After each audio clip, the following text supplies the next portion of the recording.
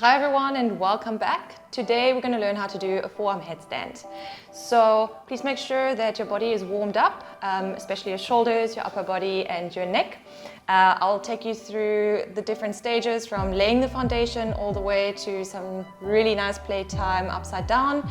And roll your mats out, get ready, and I will see you on your mats. All right, welcome back. As I've said before, we're going to jump straight in, so just make sure you're warmed up a little bit. We're going to do a quick down dog, just to open up the shoulders and the chest. So let's jump right in from a tabletop position. Walk your hands a bit forward, curl the toes under, and then come on up. Walk out your feet a little bit left and right.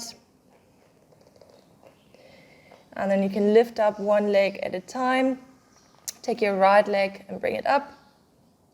And then bend your knee here, open up the hips to the side, and now really push into the left shoulder and look underneath your right armpit.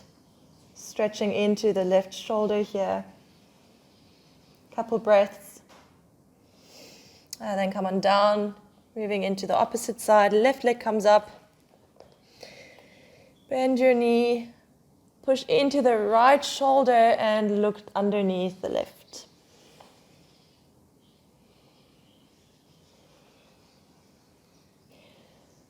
And then slowly bring it back down again. Maybe push one more time, chest to knees, soft neck here. And then let's come down onto the knees for a moment. All right, next we're moving into a dolphin pose. Dolphin is a really fantastic pose to strengthen the upper body as a foundation for all sorts of inversions, but especially for forearm headstand, you're really activating those muscle groups that you desperately need in order to protect your neck as you are upside down here.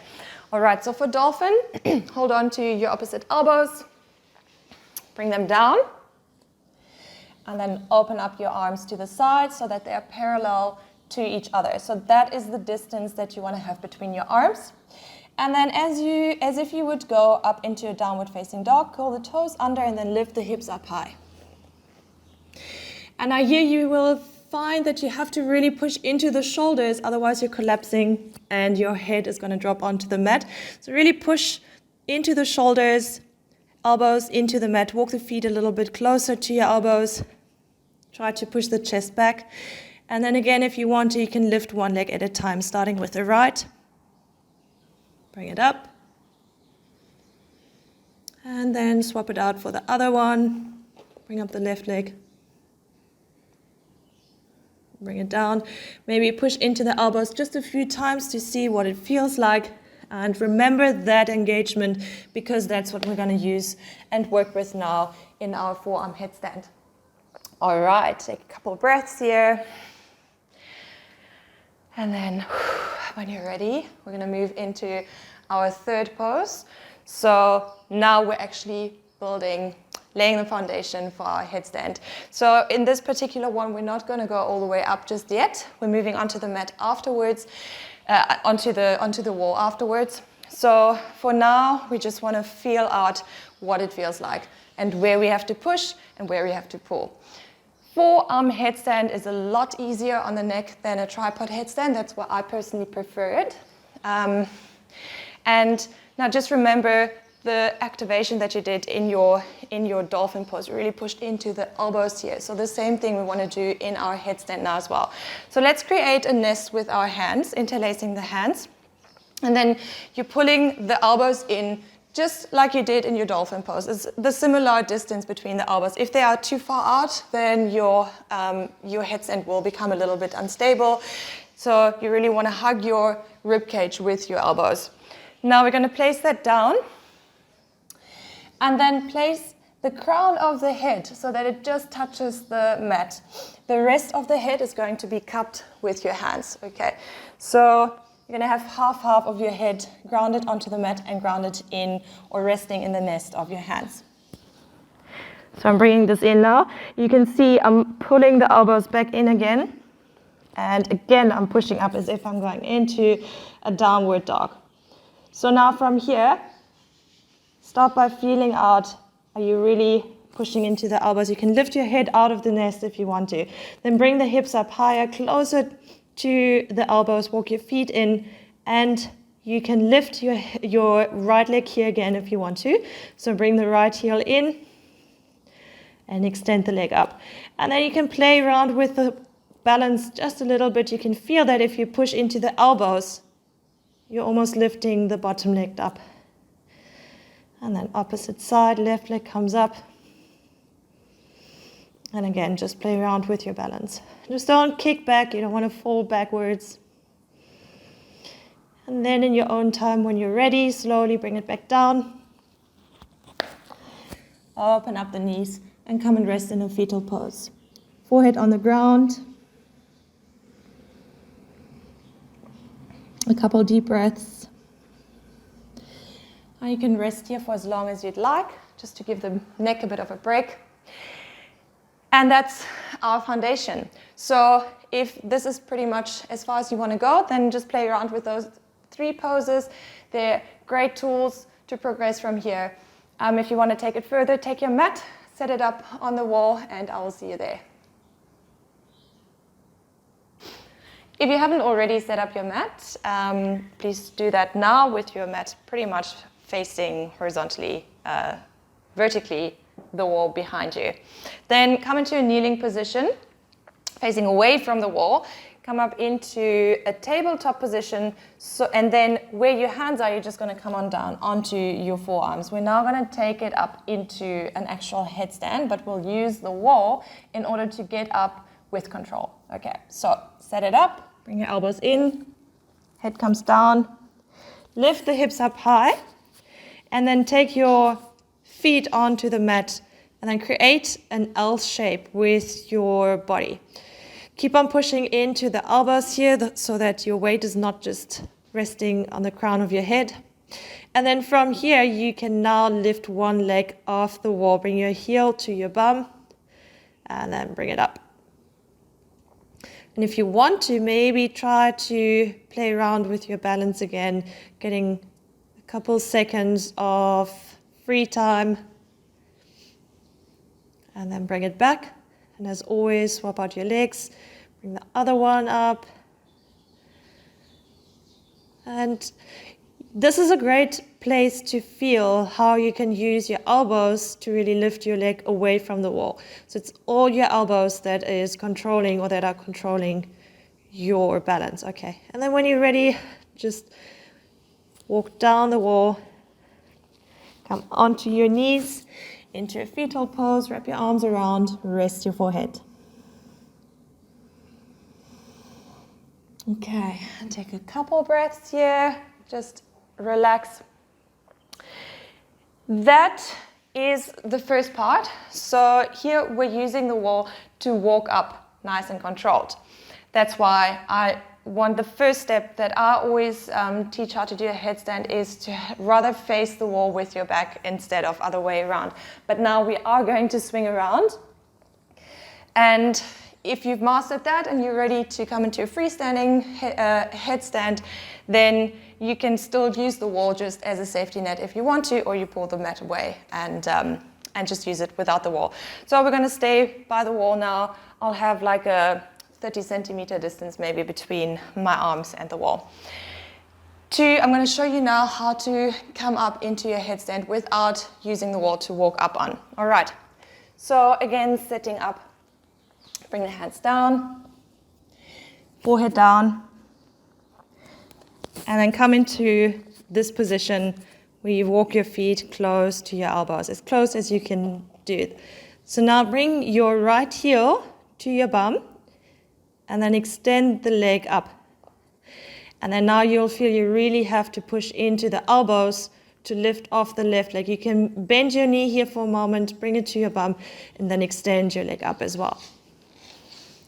And if you fall out of balance here, that's okay because you've got the wall behind you, and then just come on back into your headstand again.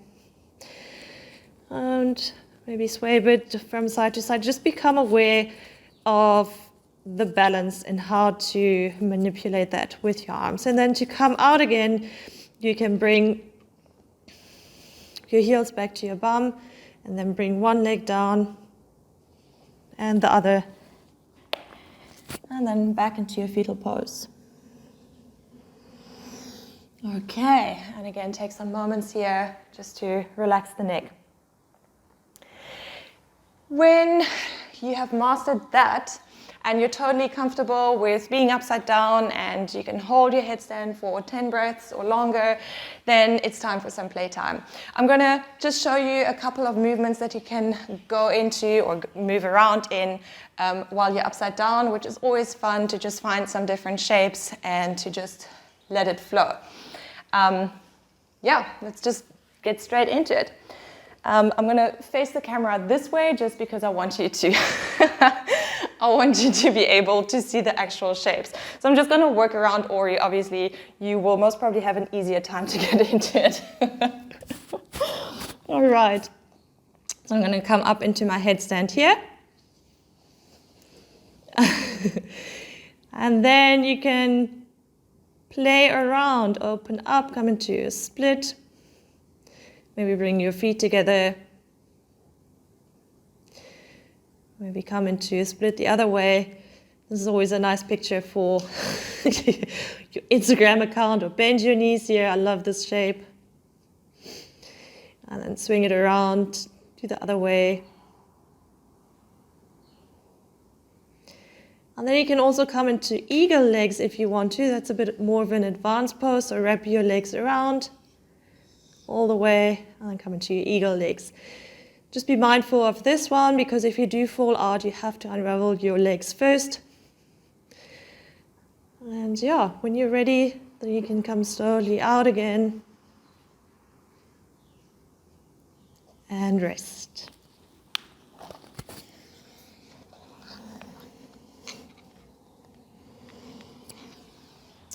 Okay, take a couple breaths here now.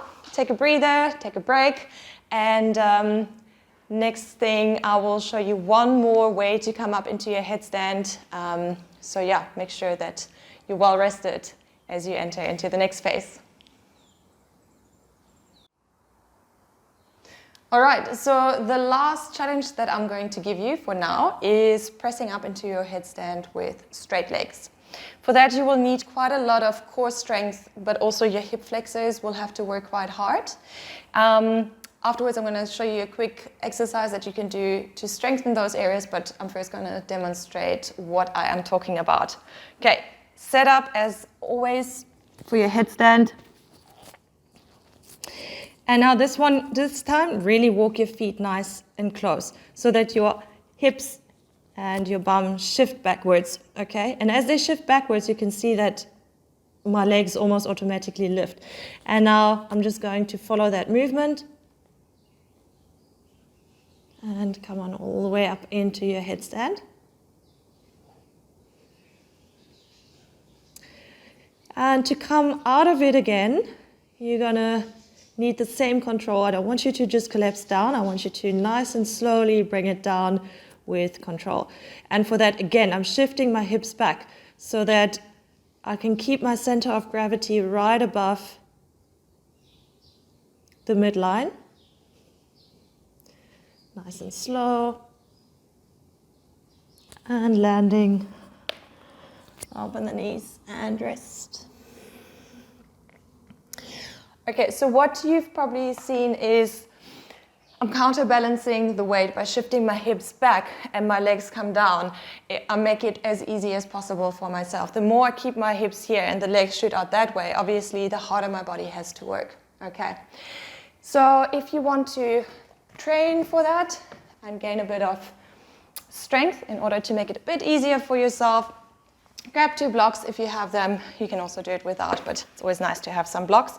Come into a Dandasana position. Place your blocks right next to your hips and then begin to push into the hands and out of your shoulders. So pushing up here.